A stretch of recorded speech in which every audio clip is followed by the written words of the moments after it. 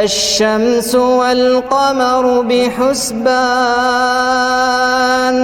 والنجم والشجر يسجدان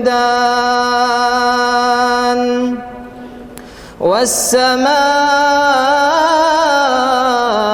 رفعها ووضع الميزان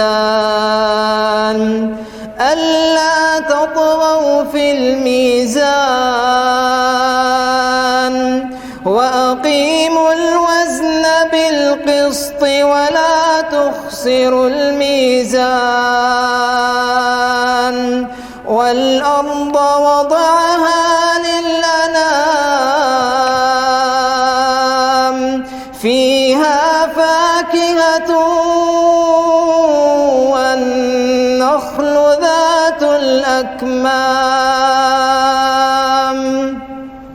والحب ذو العصف والريحان فبأي آلاء ربكما تكذبان خلق الإنسان من صلصال كالفخار وخلق الجان